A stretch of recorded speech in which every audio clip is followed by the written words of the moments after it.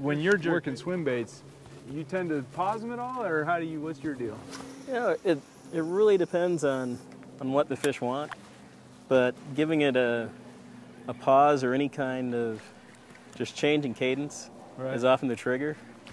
Now, I know a lot of guys just like to do a really slow, steady grind, and sometimes that works. Sometimes the fish really like that, but I find even a slight pause in your retrieve or speeding your retrieve up a little bit, that's often the trigger that gets the fish to strike and converts followers into, well, in my case, fish on the pontoon or fish on shore. Yeah, well, and I think that it almost doesn't matter what you're throwing, whether it be a crankbait or a jerkbait or a swim bait or a spinnerbait or a jig, almost anything. It's that change in speed, change in cadence, change in direction that triggers fish to bite. If you think about it, nothing in nature runs 50 yards in a straight line. You know, it just doesn't happen. So I think anything like that will help get your bait bit. Now that's a big old giant bait. Every time you bring that thing out of the water, I don't know whether I need to net it or let you throw it again. I've got it on good authority that they don't taste that good if you fillet those big plastic hard baits. To fillet, right? They're expensive to fillet and too, aren't they? Expensive too.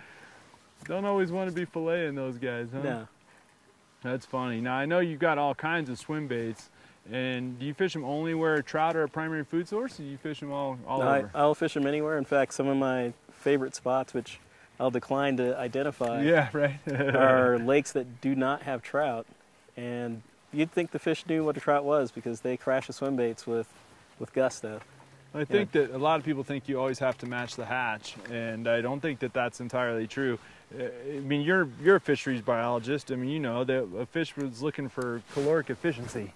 How much effort do I have to put in versus how many calories do I get out of it, right? Right.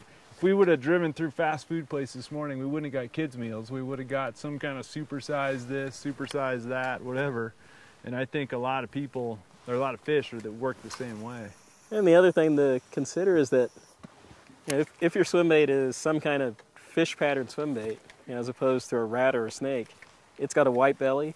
Yeah. Every fish out there has a white belly. Has a white belly, yeah. Until the fish gets within almost killing range of a bait, it's not going to be able to tell if it's a shad or a trout and it or may a golden not even shiner. be relevant anyway. It's swimming in open water. It's got a white edible. belly. Yeah. It's moving. It's a target. Yeah, that's I believe that too. And it doesn't matter whether you're fishing for trout or pike.